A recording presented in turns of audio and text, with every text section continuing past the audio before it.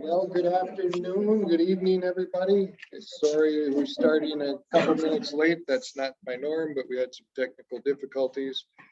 That, of course, is my norm. I'd like to welcome you to the Inventors and Entrepreneurs Club for October. I was reminded today that winter is upon us. I saw 2 trucks, back-to-back, identical trucks with brand new stainless V plows on the front. Go past my house. What a sad reminder of what's coming. But also with that, this is our last INE club for the year, because we will take a break because of the conflict with Thanksgiving and with Christmas. So we'll be back again in January. Second time this year only that we've hosted in person, and also because of COVID, we've done online, and we record these meetings and post them to our website. I encourage you to go back and look at past meetings. We will go to the big wall. Welcome. I'd like to remind you about the Regional Business Assistance Directory. You can download that at ecrdc.org. I believe there might be a copy or 2 in the back of the room. Jordan usually makes sure that those are available. Also to sign up on our website, www.ecmnbusiness.com, and get email updates, and that's where you'll also find recordings of our live events. The Small Business Development Center, assistance with business plans, financial projections, loan packaging, marketing advice, connections to other resources, and more. Those services are free. You can get them in Chisago County. Nancy Hoffman, who is in attendance tonight, is here and can answer those questions. Kanabec County, see Heidi. And at Izani, Mille Lacs, and Pine counties, isn't Tom moving? Gonna do it virtually. He's going to do it virtually. Okay. He's going to do it virtually from Florida. So it'd be a good time to get a hold of Tom long about December when we got 4 feet of snow, and he'll show you his backyard. Tonight's presenters, we have Dan Johnson and Kevin Hofstad. More on them in just a minute. The next meeting, as I said, will be Tuesday, January 25th. Barring no unforeseen circumstances, we will be live here again at East Central Energy. Doors open at 5:30, then start at 6 o'clock. Again, sign up for those email updates on our website. East Central Regional Development Loan Commission, or East Central East. Ooh, I really botched that up tonight. East Central Regional Development Commission. It's a lot easier to say ECRDC. Bingo. There we go. ECRDC. When you work for an electric cooperative, everything's an acronym. The revolving loan fund, gap financing, works in partnership with banks and credit unions to finance other gap. Max loans is 60 grand and must have some security. You can contact Jordan, who happens to be in attendance here tonight. Mentioned our videos, our recordings are online. And the INE Club is founded and facilitated by East Central Energy, ECRDC. I'm not going to try and mash that up again. And GPS 4593. You can follow us on Facebook and LinkedIn if you have them. And just another reminder that we will not be having a November or December meeting, sadly. All right, so I'm going to, I'll leave that one up. We will get started here tonight. First of all, normally we do introductions. I'm going to forego the introductions since everybody in the vast crowd here knows everybody, or will soon know everybody. And we'll just get right to the speakers. Our topic tonight, main topic tonight, is operating a franchise business. And our first speaker is Dan Johnson. Dan owns and operates a local state farm insurance agency in Mora. More than 30 years of experience helping people protect themselves, their family, and their property with the right insurance coverage. Isn't that a State Farm logo for saying? Might be. Protecting your family? Yeah, it was a jingle, was it not? Family, Like a good neighbor. there you go. Sorry. All right. Don't make sense. Dan is a graduate of St. Cloud State University and is active in the community, being a member of many civic groups, including serving on the City of Mora's Economic Development Authority. He enjoys spending time with family and friends and enjoys other outdoor activities, including golfing and fishing. I didn't know golfing was an outdoor activity.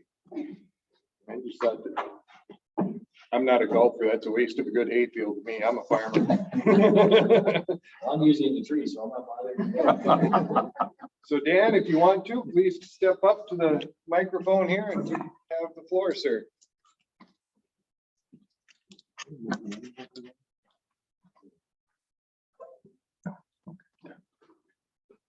Well, first of all, I'd like to say thank you to the EC, RDC, did I get that right?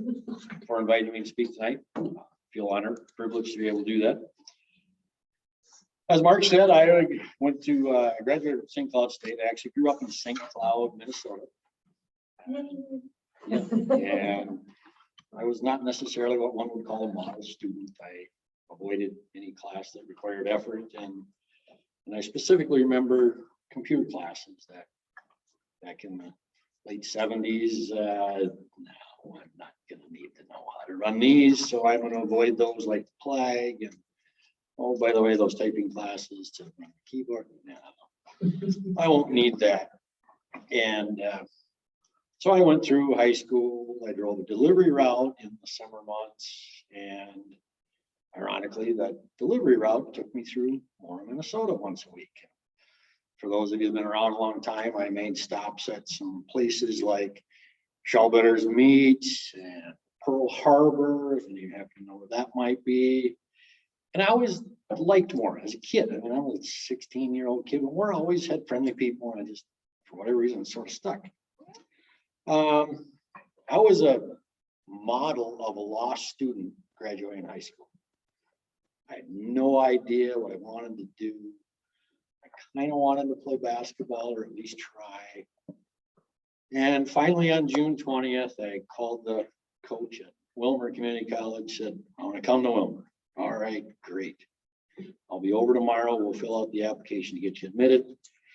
So he gets through some of the questions. What was your score on your ACT? And I kind of looked at him and I said, huh? SAT? What? You didn't take either of those tests? Well, no. Well, geez, you got to take that even to get into Wilmer. So the next day I took my ACT. I got a good enough score to get in. 2 years later, graduated with my AA degree. Again, I was still lost. I didn't know what I was going to do. Came back home to St. Cloud. Well, St. Cloud's a business school. I should probably look at something business. So I started taking business classes. Then an old coach asked if I wanted to help coach, and I did that. I really enjoyed it. It's like, maybe I should go into business education. There's an idea. So I graduated from St. Cloud with that. Went down to Dodge Center, Minnesota, taught high school business education classes, proceeded to teach myself how to type because I didn't do that back in high school, and became the computer coordinator in a very, very remote aspect at the school there. And then that was in the time era when a lot of your small town high schools were creating alphabet soup and combining together. And lo and behold, Dodge Center did, and I was the young person, so I was out. And then it was like, well, now I got to get into the business world. And when you've been in that public sector community and education, you really realize the business world is kind of a lot different. I didn't know what I wanted to do, and I was interviewing and driving from Dodge Center to the Twin Cities for interviews and not finding anything. And one day my brother-in-law, who worked in human resources State Farm, said, hey, you want to go for lunch today? So he heard I was in town. I said, sure. So we met up for lunch. Well, everything had come to State Farm. My wife was working for State Farm and Claims at the time and had in St. Cloud prior to us moving down to the Dodge Center area. And I said, well, I didn't know they had any openings. Oh yeah, we're always hiring. How come you don't see it anymore? Well, it's just not how we do it. So I passed whatever pre-screening had to be done. By golly, the next day I got a call for an interview. Would you like to interview for a position in claims? So drove an hour and a half for an interview. Felt pretty good about the interview. I left. I get a call back. Yeah, you interviewed really well, but we didn't select you. Oh, okay. Well, this went on 5 times. Get called, feel the interview went pretty well, didn't get selected. So I called my brother-in-law. I said, you know, if I'm not a fit, that's fine. Just, I don't need to keep coming back. And he's like, no, everybody says that you do well, but just, you know, somebody did something a little better. The next interview happened to be with my wife's former boss, who had got promoted to a position in the Twin City area. And she was in doing the interview. And unbeknownst to me, but later on, I found out that she said, if I showed up for the interview, that I had the job. Well, I drove an hour and a half. The interview lasted less than 3 minutes, and I drove home and I was just furious. I'm like, geez, I drove that far for that? Well, that afternoon I got called. I got hired as a claim representative of State Farm. So I did that for 7 years. Through various, almost every claim office in the state of Minnesota, I worked at some kind, because I did a floater position where I'd fill in for people. And then State Farm had this great idea. They called it the Agency 2000 program. They were going to hire agents from the employee ranks.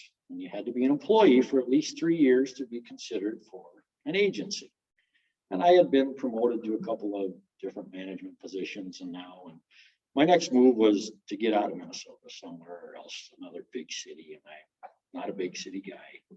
So I thought this would be a way to get out of the Twin City metro area. So I threw my name in the hat, and well, lo and behold, I was accepted into the program.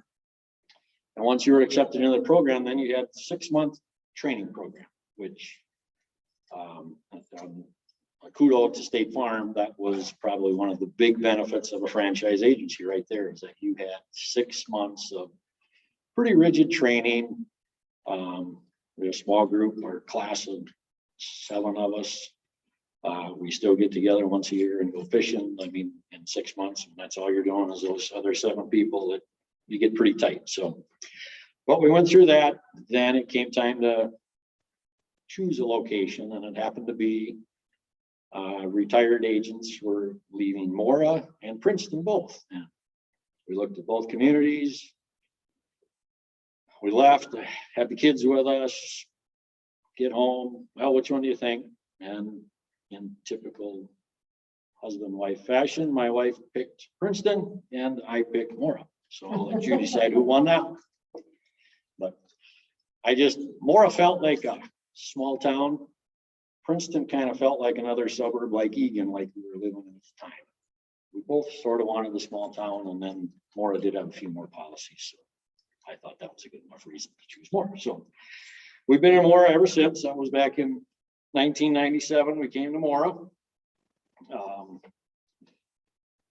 Like every other industry out there, the insurance industry has changed immensely. Going into agency with an education background, I talked to people, I educated people, we visited, and you learned about them and their families, and by golly, you learned that, oh, maybe you could use this type of coverage, that type of coverage. And it was very effective for me. We did a very limited amount of marketing. I just worked with the people that we already had at State Farm, and then being involved in the community, other people we meet, and it was very effective. And there was a little piece in the back of my mind that was talking about, you know, Progressive, some of these other companies, they're not doing agents. You go online, well, okay, whatever. Maybe I'm getting into a field that's going to just go away in 10 years, and they're not going to need an agent. But we kept doing it that way, and it was still effective. And now over time, it's really starting to get to be more of, I'm not educating people as much anymore. I am troubleshooting the app on their phone. I'm troubleshooting the app on the computer to make the app get submitted to the company. It seems like everything you're doing revolves around the technology piece. So again, I go back to, you think of the things you could have done differently. I probably should have paid closer attention to that high school computer science class that I had way back when, but we're getting through it. Also, when I started, I had a manager, and that manager oversaw about 15 to 20 other State Farm agents. We'd have monthly meetings, get-togethers, whatnot. Lots of fun, but lots of camaraderie and exchanging ideas, and you really felt you were part of a family. Well, of course, that's evolved, and now we have a manager who oversees 50 to 60 to 80 people, and maybe have a meeting once a year. And so you don't get that personal touch, and you don't get to bounce ideas off people face to face quite as much as you used to. But again, that's, I think, very common in many, many industries. Nowadays, if I was to think about entering this profession, I would be obviously a computer person that can whiz through any type of spreadsheet, whatnot. Marketing, to be able to send marketing, whether it's social media marketing, which is becoming a really big piece now, or some of your old-fashioned billboards and TV, radio ads, or that type of thing. We have gotten to the point in our careers in our agency that we're in a comfortable position. You never want to not grow, because if you're not growing, you're dying. But we're not trying to push for the pins and the plaques and some of those kind of things anymore. That we would rather work with those we know and keep them happy and take good care of them. And in the end, then they take care of us. So another thing, if I was to do it over again, because when I started, I pretty much did all of the appointments. I pretty much did all of the sales, and was being in the office before 5 a.m. and 1 or 2 nights a week, I would go to the Twin Cities and do appointments with friends and families down there, and get home at midnight, 1 o'clock. And other nights it'd be 7 to 8 o'clock at least, depending on the day that I'd get home. I was doing all of it. And when you're just starting out and you're eager and ready, you can get away with it. But when you're still doing that in 5 years, now you're starting to have a problem. And that would be one thing I would recommend anybody considering it, is you need to become a manager right from the beginning, and understand you can't do it all yourself, because you'll drive yourself completely batty. So I still do a lot. I'm still definitely a hands-on type agent. A lot of my cohorts are not. They maybe they're out of the office much more than I am. They're doing a lot more remote things than I am. However, my style, so I'm more often in the office than not in the office. So that would be one thing I would do differently there.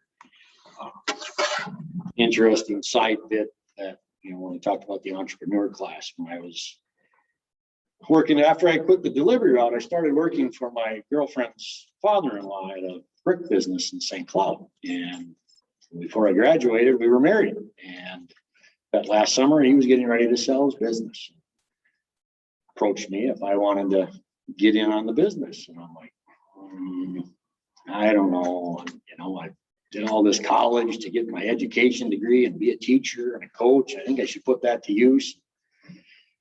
I'll never forget him telling me this, but he said, if you want to get ahead in the world, you got to work for yourself.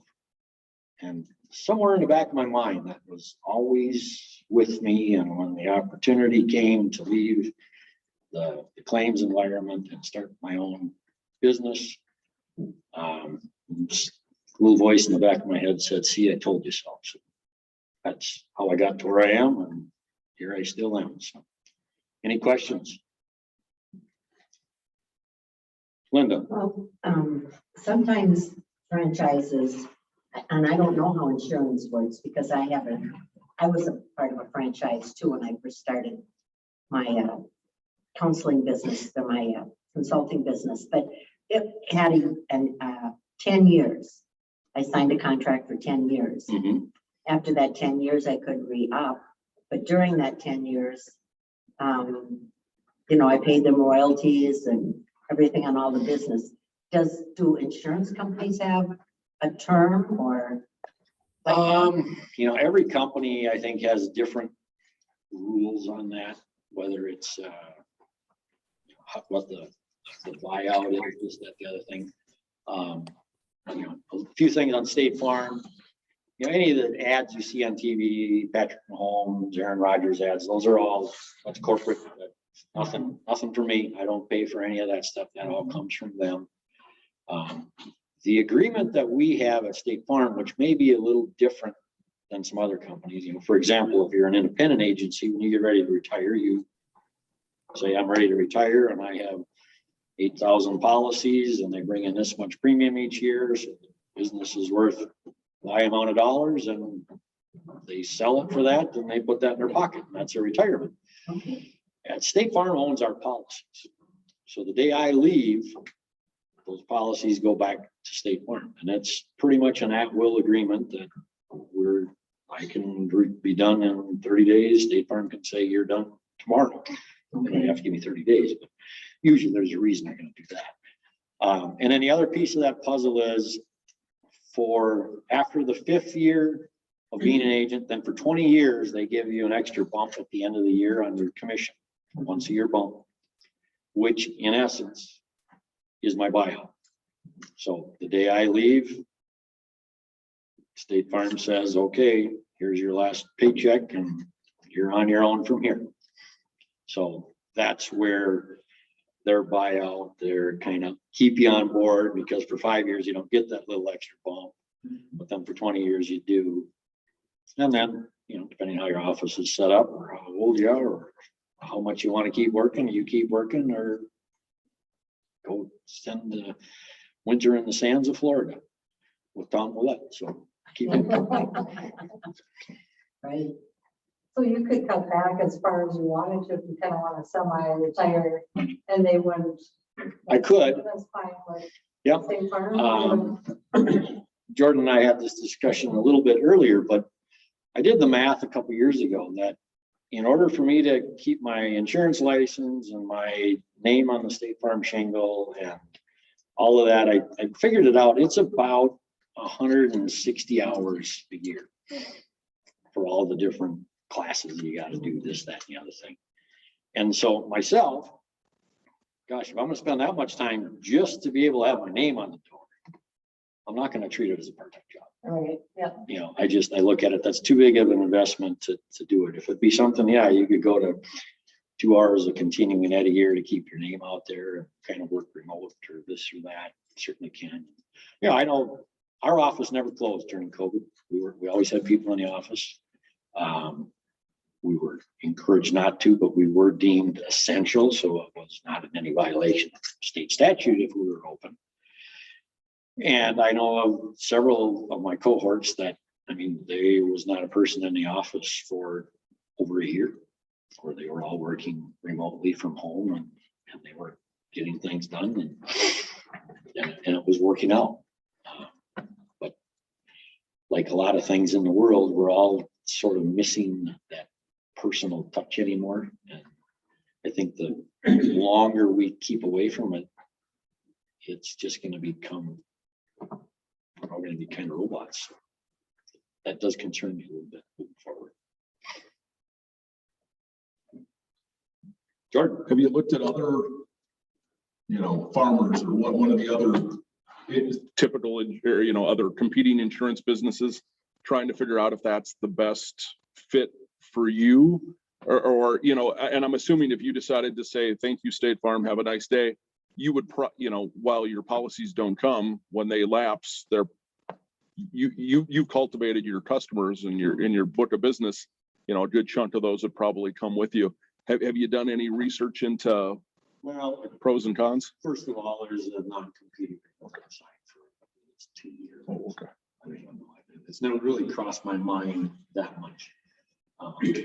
When I went into being an agent, part of it was being in State Farm and the claims arena first kind of got me comfortable with the company and this and that. But I mean, I had a hard time selling candy bars as a kid in the high school band. I'd never sold a thing in my life. And here I'm taking my family, relocating to a small town, and my wife is not familiar with in any way, shape, or form.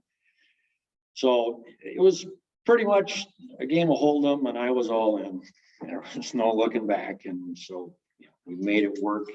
I've never had any aspirations to look away from State Farm because anybody thinks of car insurance in the United States, State Farm is probably one of them that's going to pop to mind. They've been a very good company to me to work for, to work with, however you want to call it. They call us an independent agent, but boy, that line of where we are at between being independent and being an employee of State Farm is really, really fine. Someday the different legislature gets in, it could tip the scale one way or the other, just from some of the requirements that are placed on us that sometimes they say you don't have to do it, but you have to do it.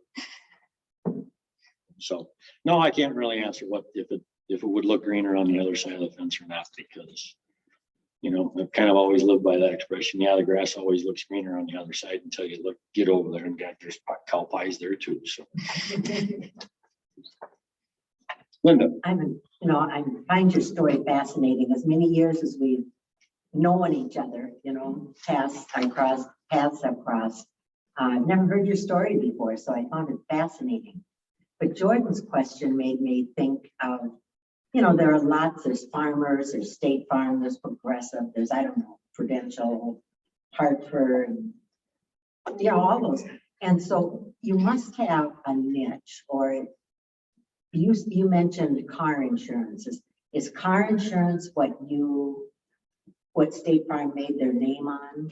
for the most part, State Farm has been the largest insurer of cars in the United States since I think 1945. And still is? And still is. Wow. Geico has been making inroads to try to catch State Farm over the last several years, but last year, State Farm widened that gap some. State Farm's the largest homeowners insurer in the country since I believe it was in '63, and still remains there today. So, those two personal line items, they are right near the top. State Farm Life Insurance Company is, for a number of policies written, they've been a leader in that several times for many, many years. Some of the New York Lives and some of that are dealing with really high-end clients. They maybe do more volume of life insurance or more dollars of premium, but State Farm's writing more applications on more people. So, so the household insurer, and we're trying to make inroads into commercial lines and other areas. And we had a State Farm had a bank for a number of years that recently was sold off to US Bank, and had a complete line of mutual funds, which has now been merged with another provider. So, they branched out, but those, the home, the cars, and the life seems to always be what brings State Farm back home. So those core areas are still there, and they're still very, very small. Interesting. Anyone else? So who owns your building? I own our building. My wife and I do. And City of Mora does for one of our ACRD grants or whatever it was over there at one point during the years. So when it comes time to sell or retire, I will have a building in downtown Mora to sell or rent or something. Now I know when I took over, my manager and my predecessor in Mora didn't get along real well. So my manager's like, no way, don't go around, don't rent from him, don't go there. He wanted me away from that. So I found a new location, which, I'm just a dumb greenhorn coming in. I'm trusting my manager. No, he was a good manager, but after years of getting to know my predecessor, there's a part of me that says, maybe I should have just stayed there. But, you know, you always have second thoughts about things that happen as your life's journey takes some crooked turns. And as Yogi Berra would say, if you see a fork in the road, take it. So as part of the franchise, is there any part hurdle for some things that, you know, the franchise says, this is what we do, this is how we do it? You know, you've got to wear the white shirt, the red logo 7 days a week. No, the red shirt, Jake. Yeah. And khakis. No, you know, you talk about, I don't even have khakis on today. You know, I mean, anything that gives you heartburn that says, geez, I wish they would allow me to do X because the other franchise insurance companies or the independents can do this. Yeah. You know, I was going to mention the wardrobe thing. When I started, shirt and tie every day was my deal. And, you know, I did it. I had actually had some hair when I started, and I looked a little bit younger. And a lot of our customer base at that point in time were older folks. And it gave me a little bit of credibility with these older folks. So I wore shirt and tie every day for 15 years. And just lately I've become a little more casual at the office than that. But there was nothing that way.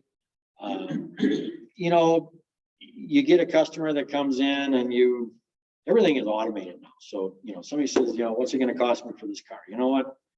I did somebody about your age yesterday. It was $200. I did somebody your age 2 weeks ago. It was $600. I don't know. We got to put your info in because the rate is your rate.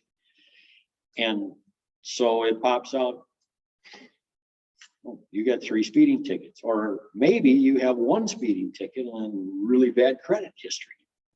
You're not eligible. I have nowhere for them to go. I got to send them out the door, go find somebody else because I can't place you at State Farm.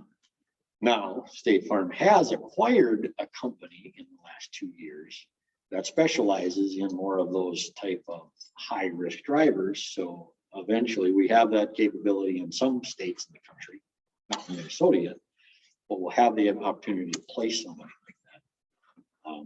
The only really thorn in my side of State Farm's rules was when I started, and I told you, Mora had a few more policies than Princeton, and that was part of the reason we picked Mora. But last week, Monday, I said I had X number of policies. And this week, Monday, when I started, I had 200 policies left.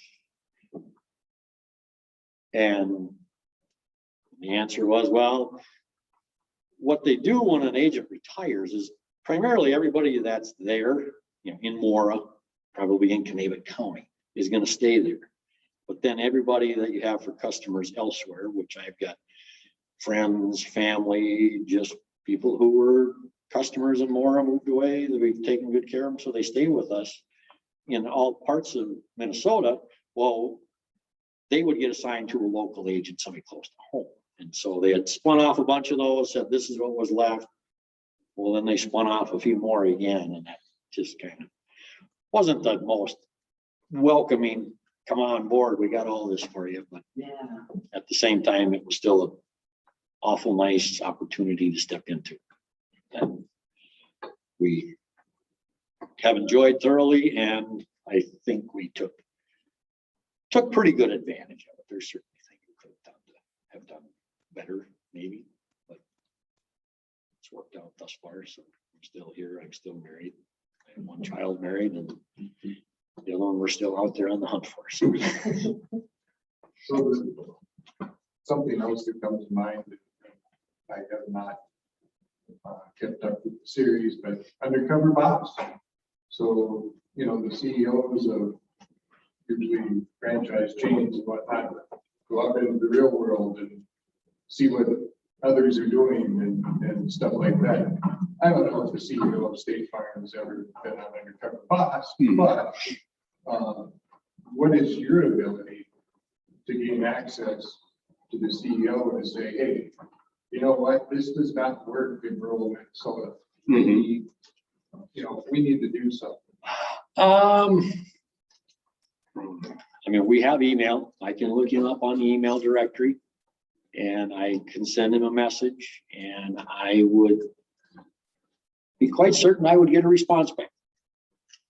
In a timely fashion as well. I mean, it wouldn't sit there for a month or two. It would be a couple of days. Now, it may not be from him. It may be from one of his assistants or maybe a department head or something like that, where he looks at what the concern is and then passes it. If it's in the claims arena, he'd send it to somebody claims wise. But, you know, in that respect, I haven't personally met this president of the company. I met his predecessor, Ed Rust, who had been there for 20 some years.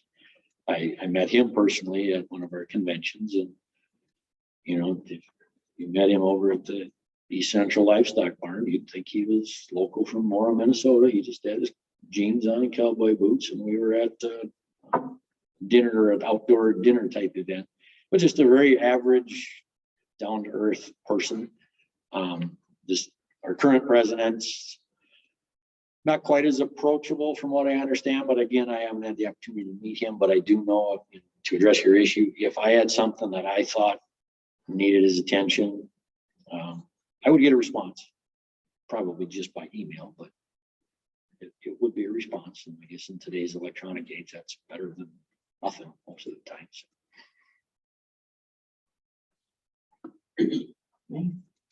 So there you go. You have to cover lots and more. Yeah, come on in, check her out. Check it out. Well, thank you again for giving me the opportunity. It's been a pleasure. Look forward to the rest of the evening. Thank you.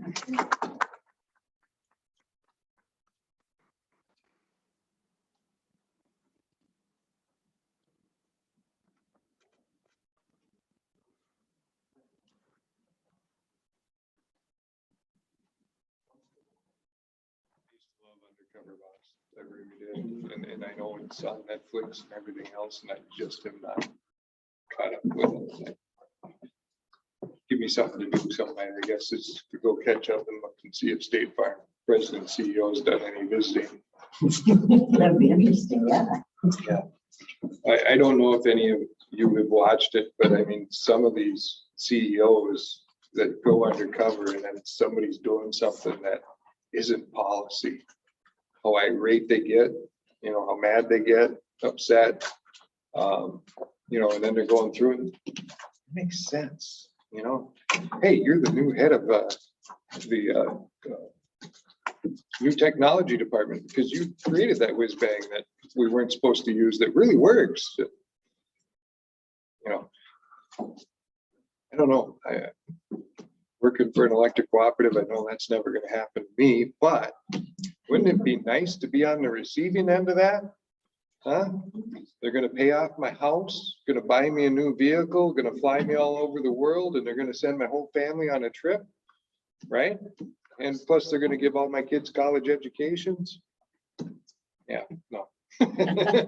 Dream on. Dream on, yeah. It's okay. I only got one left at college, Linda, so. Next up, our business success story is Kevin Hofstad. Kevin is the managing partner at the firm of Ledin Hofstad in Pine City. He has 35 plus years of experience in practicing law in East Central Minnesota and has been recognized by the Minnesota Law and Politics magazine as a super lawyer. I don't see you wearing your cape. I got tights on underneath. I'll take your word for it. He is a graduate of St. Olaf College and holds a JD from the University of North Dakota School of Law. Kevin is active in the community and is a member of many civic groups. He enjoys spending time with family and friends as well as hunting and fishing. See, there was no golf in there. They're just hunting and fishing. So without further ado, Kevin. Thank you.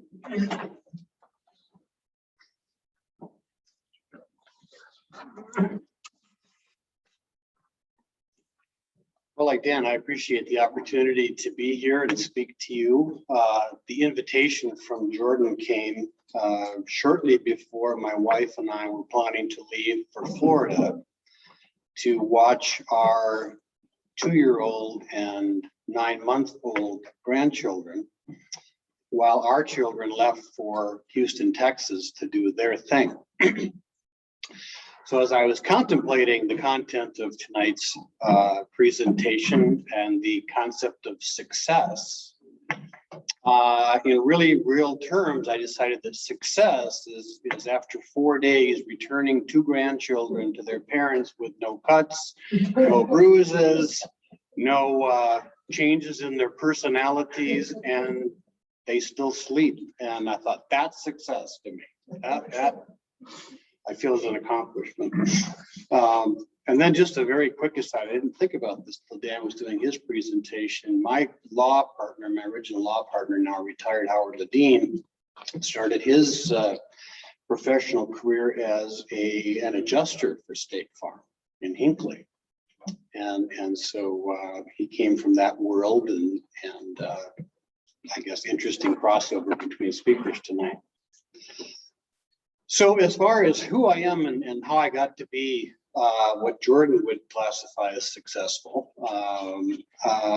I was educated at St. Olaf College, a Bachelor of Arts degree in science.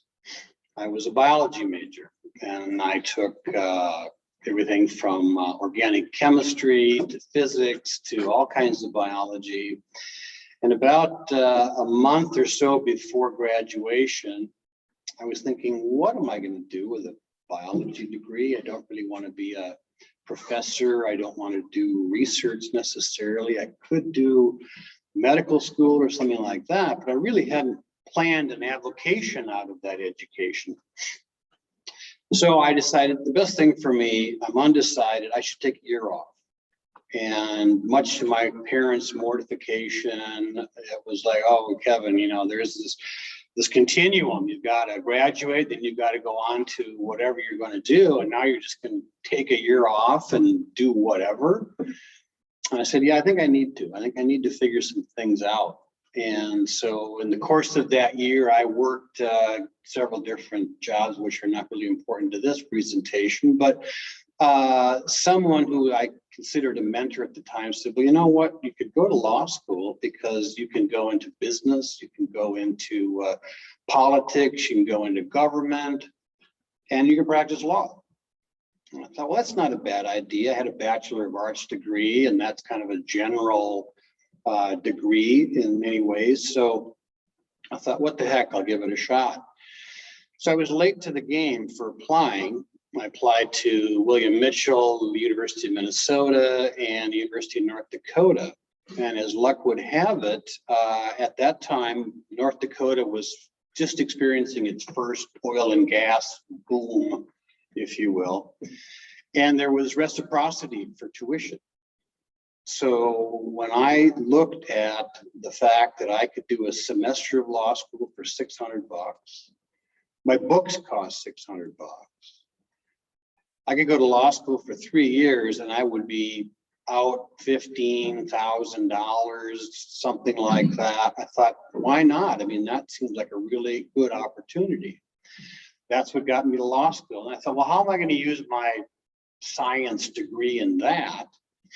And I kind of toyed with the idea of maybe environmental law, but I didn't want to work for government. I didn't see a whole lot of opportunity in the private sector for environmental lawyers.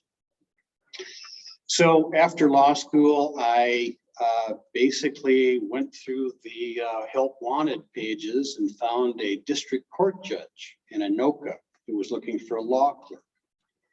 And back in that day, being a law clerk to a judge was a pretty plum job because that gave you an opportunity to work one-on-one with at least one judge, but also be in the environment of other judges. Spend your day in the courtroom or back in your office doing legal research, listening to really good lawyers make their arguments in front of the judge, hearing what the judge had to say afterwards. And so I applied for the job, and I met Judge John Dablow, who, if any of you are from Cambridge, would know him as being an attorney from Cambridge. He was also, I think, the part-time county attorney in Isani County for a while. And then became a district court judge in Anoka. He was chambered in Anoka. So we had the interview. He said, "I like you. I'm offering you the job. But you have to understand, this is only a springboard to a career. I'm going to give you 1 year. You're going to give me 1 year at this job. And then you're going to need to find a real job." And so I said, "That's great. I mean, I have a judge who's going to maybe help me find a job. That's not all bad." But at that time, I was really focused on, I'm going to be a suburban or urban lawyer. That was where I thought everything was going to be. And that was where I had kind of set my geographic sights. And about 11 months into my job, the judge said to me, "Time to find you a job." And at that time, district court judges traveled the circuit. They weren't chambered in the various counties. And he said, "I'm going to be chambered up in Pine City, Minnesota. And there's an attorney up there who's looking for a young guy like you. I think you should meet him." And I said, "Where is Pine City?" He said, "Well, it's halfway, it's near Cambridge." I said, "Well, I know where Cambridge is, but I don't know where Pine City is." He said, "Well, we're going to go up there. We're going to spend the week up there. I'll be working, you'll be working, but you can drive around town. You'll meet this guy, this Howard Ledin, and then you can decide if that's something you're interested in. If it's not, we'll look someplace else." So I went to Pine City and realized, well, it's on the freeway. That's kind of good. And there's 2 lakes right nearby. That's really good. And it's about an hour to get to the city to see a show or go out to eat and see a game, that kind of thing. And I thought, well, no, maybe. And I sat down with Howard Ledin, and one of the things the judge had said to me was, "Now, Howard can drink martinis. I strongly recommend that you don't attempt to drink with him." So, okay, that's strange advice. So anyway, we're out for dinner at Toby's, my wife at the time, and Howard and his wife. And so we're talking, "Well, do you like the community?" "I do." "Live on a lake?" "Yep." "You hunt, fish, play golf, and have a life here besides just commuting and elevators and parking lots and that sort of thing." And I said, "Yeah, you're right. I really do like it." And this was into the second martini. And then he said, "Well, what do you think? Want the job?" And I realized this is why the judge told me not to do this, because I'm impaired right now. I really like what I've seen, but I know that I'm impaired right now. But I said, "Howard, let me give it some thought. I'll call you tomorrow." And after the second martini wore off and the next morning, I said, "Yeah, I want to do it. I think it makes sense to me." So back in those days, as you became coming into the community, I was the young lawyer in town. So I became the de facto public defender. So anytime Judge Sousen at the time needed someone for a criminal offense or for a CHIPS petition, children in need of protection and or mental health commitment type of thing, I was the guy. And so it forced me very quickly to learn areas of law that I had no previous interest in or knowledge about. And that, along with taking the spillover from Howard's practice, I would say the first 5 years of my practice were pretty much learning the practice of law. How to assess, the opposition, how to understand what a judge is looking for when you're arguing in court, how to get past contention between attorneys and really look at the client problem and seek to solve it. And so the first 5 or so years, I had nothing to do with the business of practicing law, only the practice of law.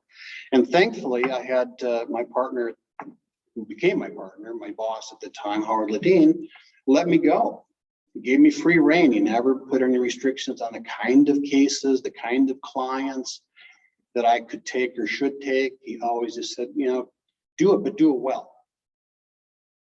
The other thing, the judge, I needed to go back to this because this is something that really did influence me. And when the judge was talking about this potential partner for me, he said, there's Howard is highly ethical, has a very successful practice, and he's respected by all the judges and the attorneys in the area. And I didn't really grasp that as a young person about the respect and ethics. But in the course of practice, that is what has, I think, centered me in my practice. And maybe if I am willing to call myself successful, that would be part of what I look at is being grounded in firmly being ethical and firmly looking for the respect of my colleagues and those that I work with. And I got that from Howard Ledin. So that having been said, 5 years into the practice, Howard says, are you interested in becoming a partner? And I thought about that. Well, of course, I want to be a partner. I want to be part of the action. I want to be a decision maker. I knew nothing about the economics of the practice of law. You know, for my life for those years was you send out a bill and mysteriously money comes back and I get a paycheck and the employees get paid and there's this nice harmony of the cycle. But I really knew nothing about what it cost to pay the employees or what it cost to rent at that time the office space. So I suddenly found that I had to educate myself very, very quickly in terms of reading a profit and loss statement and a spreadsheet and understanding what the cost of employee benefits were and this, that, and the other thing. And suddenly realized, okay, there's a lot more to this law practice stuff than just being a good lawyer. This is a business and it needs to be run like a business. So I had to really spend a lot of time trying to understand the business of practicing law. And so that whole idea of just simply sending out a bill at the end of the month and assuming that the money came in, now I had to deal with things like collections and you know, people who weren't happy about the amount of their bill and how to deal with that. And suddenly the actual business of practicing law became far more important and a necessary thing for me to learn, which I did. And in law school, they don't teach you anything about business in terms of running a business. They'll teach you, you know, all kinds of legal considerations go along with businesses, but not how to run a business. So this had to be self-learned. Fortunately, as a small town attorney with a general practice, I was fortunate enough to have clients who were business people who were both extremely successful and those who were unsuccessful. And so by being their attorney, vicariously came to understand what makes for a successful business person and why people fail, why partners have falling out, things like that. So I got this extra education while actually being paid for it, working with people who were both highly successful and then not so successful. And so that taught me a lot about the keys to being a success in a business. So some of the things that I've I guess taken from that is a good friend of mine and I decided we needed to diversify. He's a non-lawyer. He's a gears and nuts kind of guy, he calls himself. He's a hands-on kind of person who is very comfortable working in the world of construction and that sort of thing. And I'm more the the thinker. Think it through. Let's figure out how best to do this. So we decided, well, there's a distressed apartment building down in Lindstrom, Minnesota. And the bank's looking to get rid of it. He says to me, are you interested? Yeah, why not? Let's do it. So that was a leap. And I remembered so distinctly when we closed on it, we drove over there and we had a tenant who was not current on her rent. So we knocked on her door and she had lots of piercings. lots of tattoos and very colorful hair. And she didn't want to talk to us or see us at all. And I thought, what did I just get myself into? Because this doesn't seem like it's going to work. Well, long story short, she was evicted. We painted walls, we scraped out ovens and refrigerators and did all those things necessary to rehab units. Got the place up, got it running, sold it for a profit, and decided, well, let's do this again. So currently, I own half of 33 rental units, 2 12-plexes in Hinckley, 8-plex in Pine City, and then my wife and I own a single family property on the Snake River in Pine City. So that's been another, I guess, entrepreneurial aspect of my life, and has been extremely rewarding in the sense that those things that I've learned have allowed me, knock on wood, to be relatively mistake-free in that business. We've had very little turnover in our apartments. We've screened our tenants carefully. We have tried to do right by our clients when they complain. We only ask that they put it in writing so that we can follow up specifically. From the beginning, we never intended to extract income from it in the first years. Everything went back into the businesses.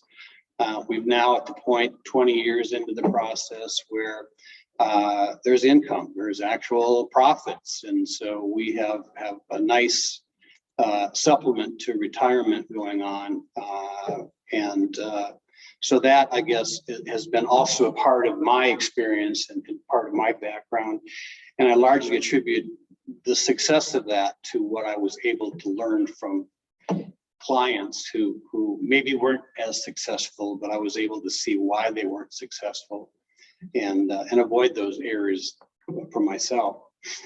A lot of things that Dan mentioned in his presentation that are certainly true of mine. And the technology thing is really important to me. And I just want to walk you through this very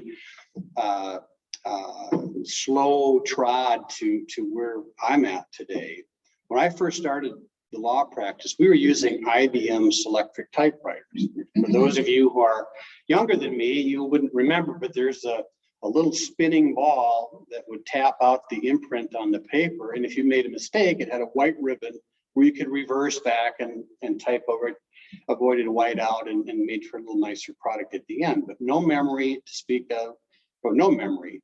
So you're creating a document and then you're hoping that it's correct. But back in the day, we would dictate, our secretary would transcribe, she would give us the finished product, and then you would proofread it. So with a red pen and whatever marker, you'd mark up something, go back to the secretary.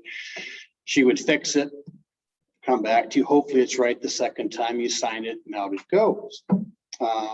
So that was high technology back in the early days. Then came fax machines. And that upped the whole game, because strategically, as an attorney, you could send a letter on a Wednesday or Thursday and pretty much assume you weren't going to get a response until the next Monday or Tuesday because of the mail cycle. Now, someone could send you a fax on a Friday afternoon and suddenly ruin your weekend, because now you are confronted with something you can't avoid, but here's pages potentially of stuff that you hadn't anticipated or seen earlier that Friday morning when you were planning to go fishing, golfing, hunting, or whatever.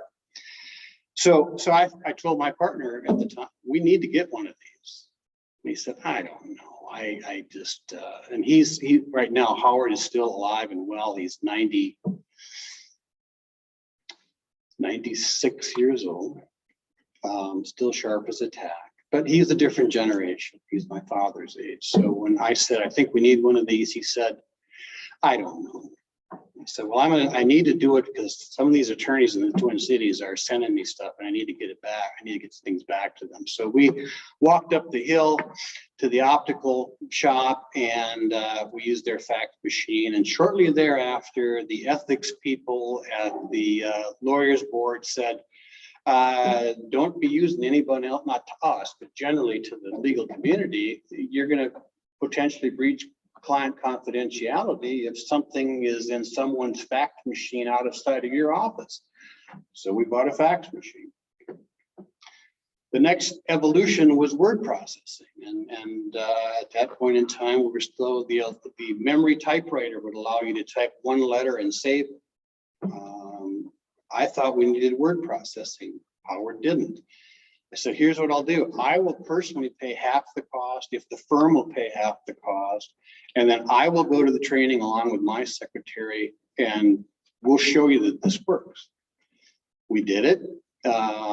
6 months later, the other secretaries in the office are telling Howard, we want one of those. And so we did. So we moved into that next level. The next migration, I won't bore you with it, but it's computer assisted research. When I started law school, it was books, piles of books, and you would take this book, refer you to that book, to this book. And so if you did legal research, you'd sit at a table with a stack of books potentially. Well, then came CD-ROMs. And so now you can cut and paste, and you can word process legal information rapidly without all of that, do it at your desk. That was a huge innovation. I was always motivated by the fact that I want to compete with anybody from downtown Minneapolis or St. Cloud or Duluth. I'm not a small town lawyer. I'm a lawyer who works in a small town. And so I want to be able to compete. And I knew these people down, because going to our legal education, I knew what they were doing in the cities. We need to do that. So the next thing, email, voicemail, all the technological improvements that have come, I've always felt strongly we need to do that. I want to compete with anybody who comes up here and practices law on my home turf, and I want to go down to their home turf, and I want to compete with them. And I guess in terms of success, I judge success by, do any of those attorneys that you've been against send you clients in the future? And they have, and they do, and I do. But that to me is a measure of success, when someone that you have fought hard with feels strongly enough about your competence, they'll send you a client because either they can't help them or they're from this area or whatever. And so I deem that to be a measure of success. So finally, we always had an office in Hinckley. Our main office was in Pine City. We always had an office in Hinckley. And so to start with, I would pack up my briefcase and I would go up there, and I had a landline. And so I would work mostly meeting clients in Hinckley, but not really being able to function all that capably because the staff was down in Pine City, and I didn't have staff. It wasn't affordable to have staff in Hinckley. So I thought, okay, I know there's this way to, on a computer, to be able to access the home office, so to speak. So I could bring a computer, if I have internet, up to Hinckley, and then I could basically have access to all my files, my emails, my voice messages, and I could work there almost as if I was in the office in Pine City. So I made certain that I could do that. And so we bought the necessary IT. We bought, I had a laptop computer, and ultimately I learned how to do it. And then with the advent of more and better internet, I found I could work anywhere. And the benefit to not only my clients, but to me, was that 7-day vacation could now be stretched into 10 days because I could stay up on my email. I could stay up on communications from clients, and I didn't have to be in my office present in order to understand what was happening in my practice. So it gave me more leisure time, which was something I really had wanted. And this was a way to do it. And now with COVID, I've been doing remote access to my office for probably 15 years. With the advent of COVID, most of all of the court proceedings that I have now are remote, Zoom. So I'm in my office in my home, up above my pole shed, and I get my coat on and my tie on, and I conduct my Zoom hearing with the judge, and I go back to my work. I did have, in the early days of Zoom, one judge say to me, and I was working from home, "Mr. Hofstad, is that a rather large pony behind you or a dog?" I said, "Well, Your Honor, that's Cato, and he was not invited to this proceeding, but he'll leave shortly." The dogs aren't in the room anymore when I do Zoom hearings with the court. So, but I'm able to do that. I had a Zoom hearing down in Florida on a Monday morning. The client desperately needed to get this order from the judge.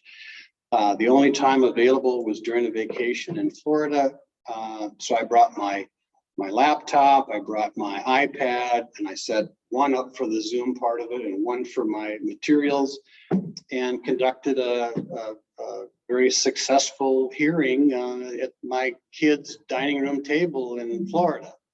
And all as a result, I think, of my insistence on being technologically adept and integrating it into the practice.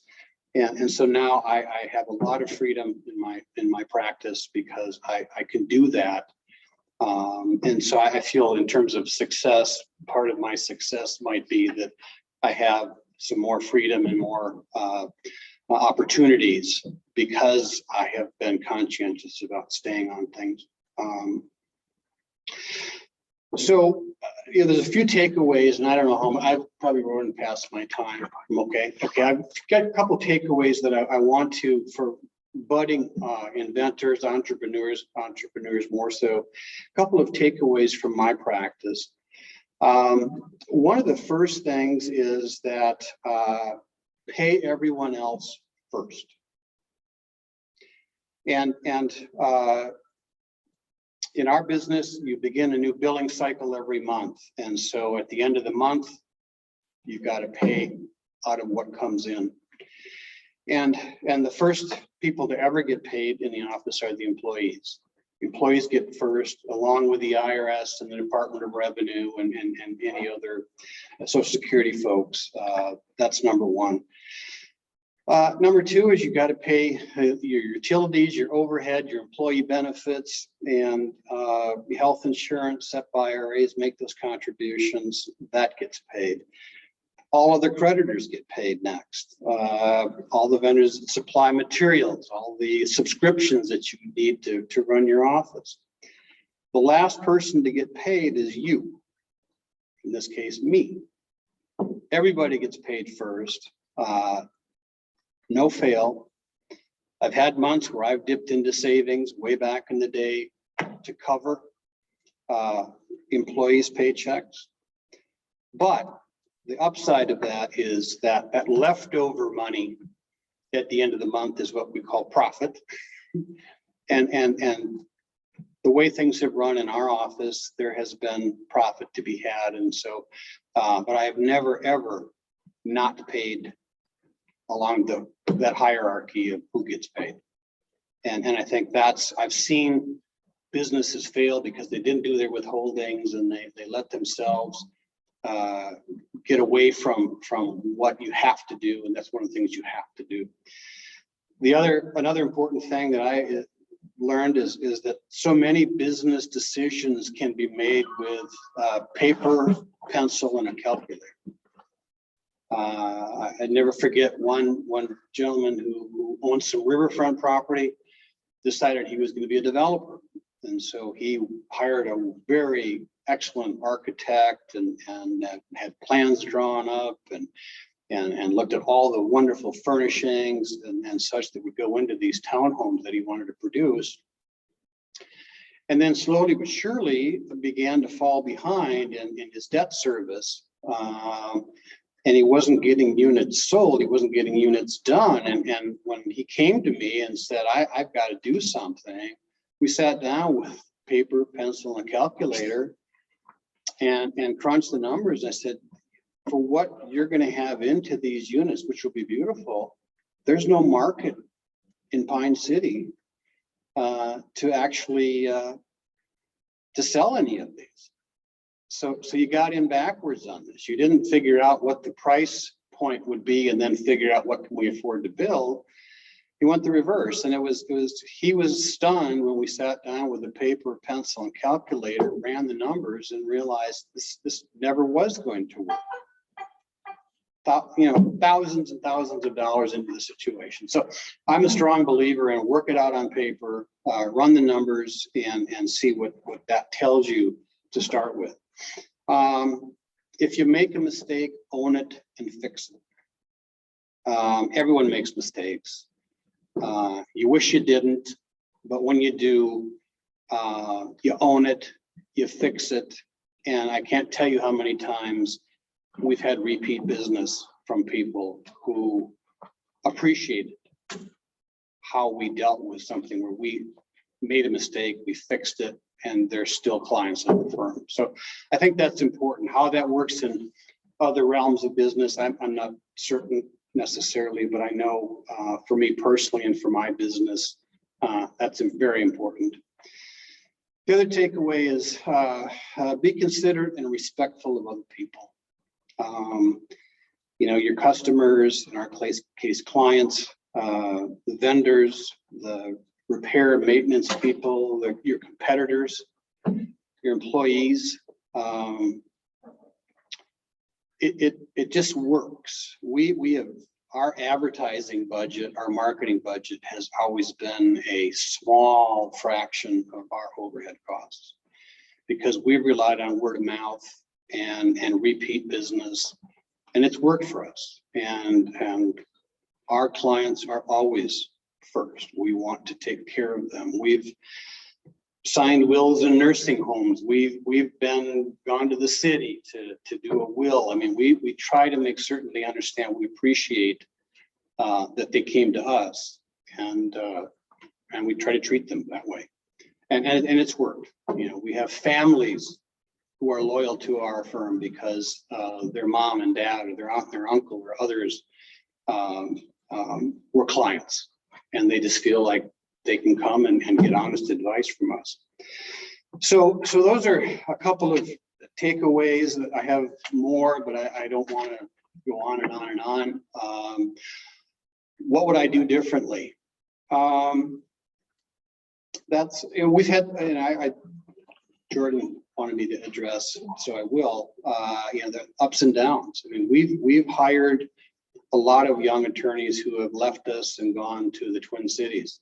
Some have become competitors of mine. Unlike Dan, attorneys can't do non-compete agreements. We're ethically prohibited for doing that. So you take the risk when you hire someone that they come in, they grab some of the clients of the firm and open up their own practice. And I have mixed feelings about that.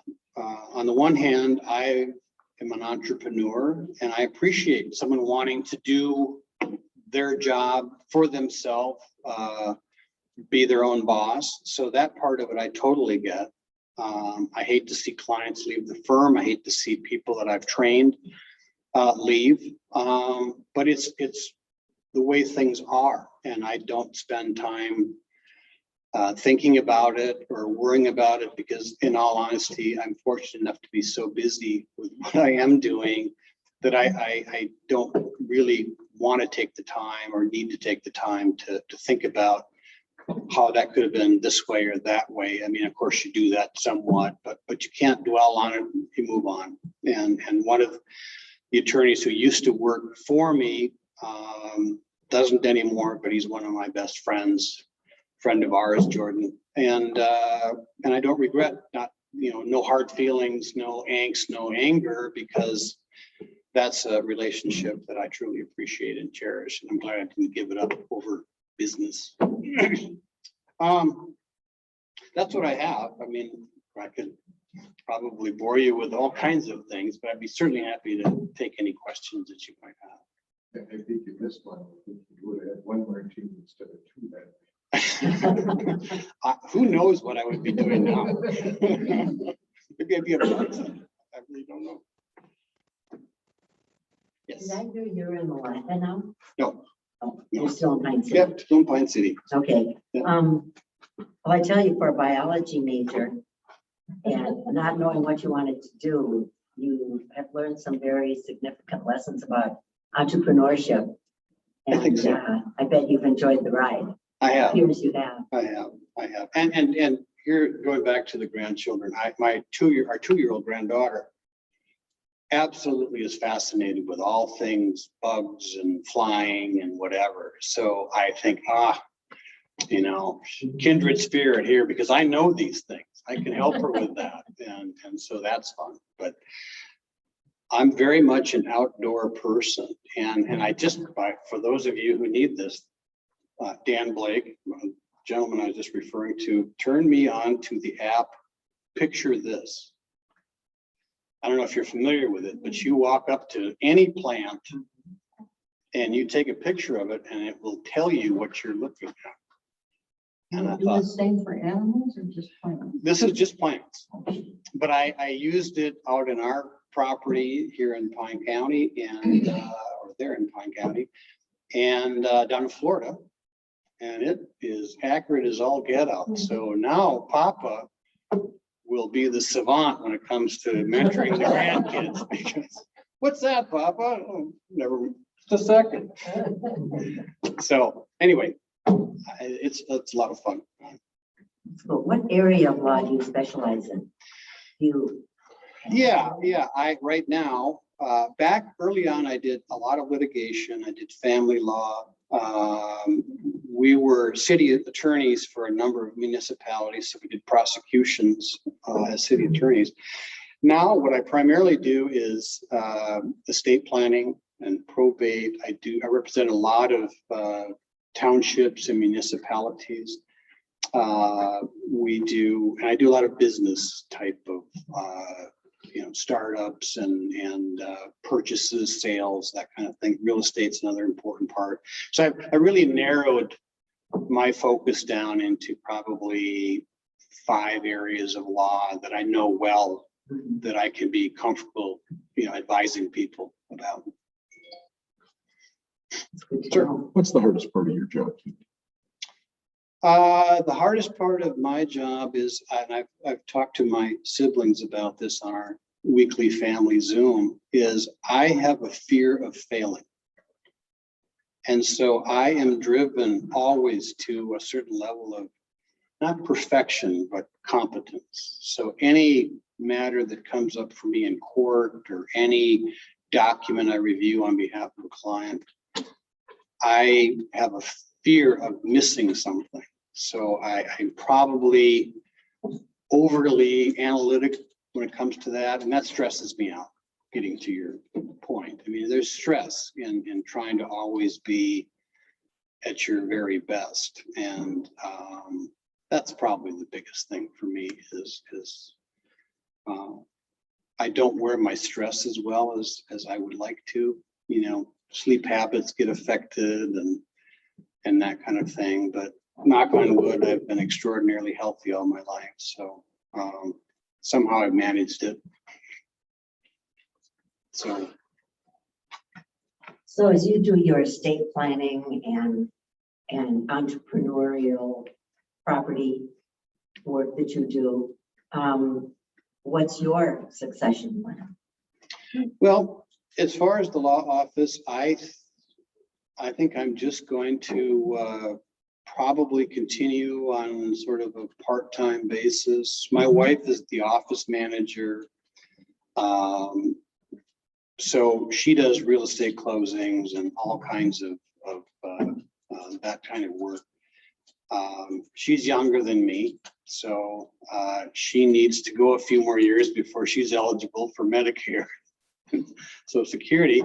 So we'll probably continue to do some form of the practice, but I'm ready to just walk in a different direction. I've had several attorney friends who graduate into doing mediation or acting as mediators, working part-time, And then there's some who have just pulled the plug and said, I'm doing something different now. And I'm kind of leaning towards that second group of just, it's time to do something different. I can continue to manage the apartments and, you know, fix a garbage disposal or do what I need to do, maybe move some snow. But I'm open to doing something totally different now, just because I think I can. Do you have other partners or do you have other? At this point, no, there's 3 of us at the office, me, my wife, and a legal assistant who does so much, who's 74 years old, who's been with the firm for the full 40 years that I have. So when you're done, then we just kind of. Yeah, see, I had an opportunity with a larger law firm to sell the practice, but they wanted a commitment. In order for someone who's not a local attorney, they need a local attorney to run the office, to have the clients gradually begin to accept services from someone other than the face that they know. And but they wanted a commitment of multiple years. And I thought, economically it makes sense, but personally, I don't know that I want to do that, because I've been self-employed basically for the better part of 40 years. I haven't worked for anybody else, so I don't know if I take direction well. Trust me, it's not likely. So that having been said, I strongly suspected that I'd have to learn how to take direction, and maybe that would be a slow process, maybe not. But so I'm kind of at that point. I can work remotely. I can do my thing, and I have lots of clients who tell me you can never retire. Don't. But the problem for me, and I think Dan alluded to this a little bit, there's a cost to having a license. So you've got to do continuing legal education. You got to, you don't have to, but we carry malpractice insurance. So, you know, there's overhead costs where you have to look at, okay, those costs versus what's a part-time income look like, and being competent. I mean, the law changes every time the legislature meets. There's some nuance to something. The courts are constantly making decisions that create more common law. So if you don't stay up on things, you begin to slide into the realm of incompetent. And I never ever want to do that. So that's a point I'm really at in my situation, which is I can go and do something with the apartments for sure, but I'd be open to something else. Just as a challenge. Could you find some young attorney and take them out for a couple martinis? And You know, that's an excellent strategy, Nancy. I thought about that, but there's so much more to it than martinis. Fascinating story. Thank you for sharing. Oh, you're very welcome. It'll be interesting to see where you land. Yeah, it will. Yeah. Well, my wife will find that interesting too. Yeah. Yeah. Right. Thank you. You're Great.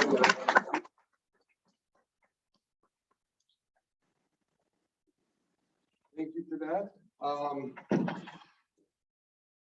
Couple of my takeaways from both of you.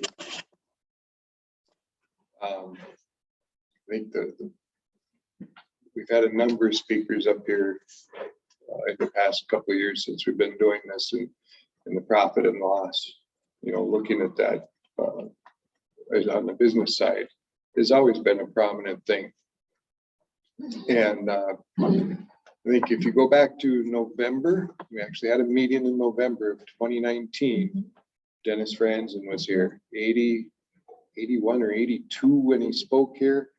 Goes to the office every day. The first thing he looks at is profit and loss of all of his businesses. And that was very impactful. I'm sure you guys don't look daily, but Dennis Franzen sure does. The other thing I took away, you know, you mentioned the 2 lakes in Pine City. And I am a Pine City resident as of 6 or 7 years ago now. My two oldest were in college. My youngest was entering 8th grade. And we were looking to relocate. I took a different position with the company. I used to live in Superior, Wisconsin. And one of our outposts there came here. And we drove all around the area. We went to Mora, Brant, Rush City, Hinckley, you know, where were we gonna land? And my youngest daughter made the decision because there was a Dairy Queen and an A&W. That's where we ended up. Yeah, you know. Didn't matter that mom is a teacher and we needed to find a good school and mom needed to find a job. You know, none of that mattered. Dairy Queen and A&W. That's why we landed in Pine City. Thank you both for coming tonight. Thank you for speaking. These will be online. Looks like we have a couple of people online. I see Heidi's face. Hi, Heidi. And we do get a lot of hits on this online. So with that, unless there are any questions, which I don't believe there are, unless anybody online has any questions, I will call this meeting for the year 2021 adjourned and see you all in 2022. Thank you for coming. Thanks, guys. Can I just say something to you real quick? Absolutely. This is Heidi. I want to say that that was one of the best INE club meetings since the inception. And I especially have a special spot in my heart for Dan because Dan was on the Kanabec County EDA forever. And it was great to hear him speak. Thank you, Heidi. Appreciate Yep. that. Thanks, Heidi. You're welcome. And Dan's got the $20 out in his hand for you. He said he'll stop by your house on the way home. Thank you. I need it. I need that $20. All right. Good night, everybody. Be safe.